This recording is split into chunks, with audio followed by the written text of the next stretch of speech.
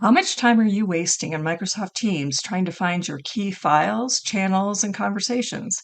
Let's look at 4 handy ways to more quickly save and find your important work in Teams by using the pin features. Pinning is a great way to keep track of chat, even if you only need it temporarily, and especially if you're communicating with a lot of people in your organization.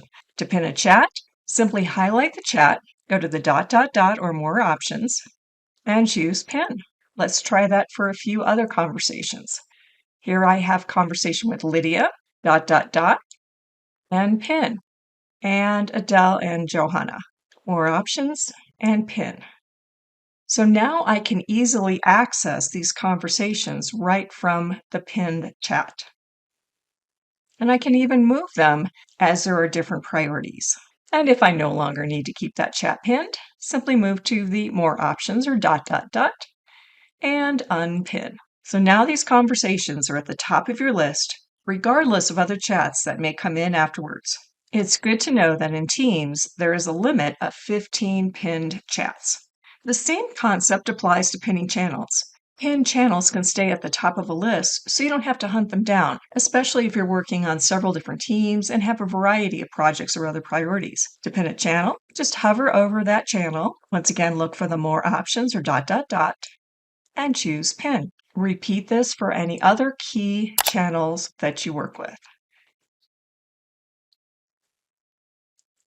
Now you'll see it at the top of your Teams list, so you can easily navigate to those channels that are most important to you. And as before, we can drag them up or down to reorder the most important pin channels. And if we no longer need it, More Options and Unpin. And what about the files that are shared in Teams? Pinning is a great way to more easily access these files for collaboration and easy review. Here I'm in a channel and in the Files tab. To call attention to the files that I want to see, simply hover over them, ... or More Options, and here is the option, Pin to Top. Let's repeat that for a few of these other files. Pin to top, and one more. Once we have pinned these files, we can reorder them based upon how frequently we might want to access them or to review them. So for instance, if I hover over this one, ...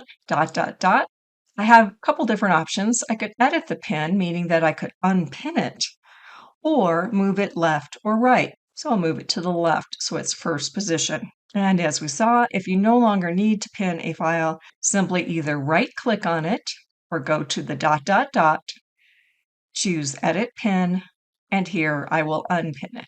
Frequently used apps such as OneDrive or Planner can be added to the navigation bar or the rail at the left-hand side of the Teams interface. To do so, look for the More Options or the ...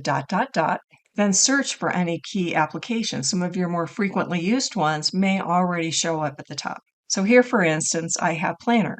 I can now right-click on this and choose Pin.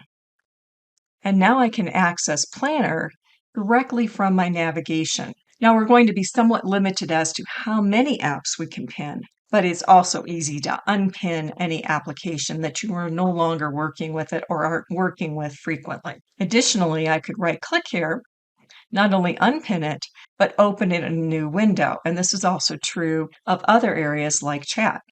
And now I can work with Planner in this window, as well as other options in my Teams environment. Which of these handy pin features will you start using in Teams? To learn more ways to be productive with Microsoft Teams or to join my free tips newsletter, visit thesoftwarepro.com/teams. If this training was helpful, please subscribe to this channel for other time-saving software tips. Thanks for watching!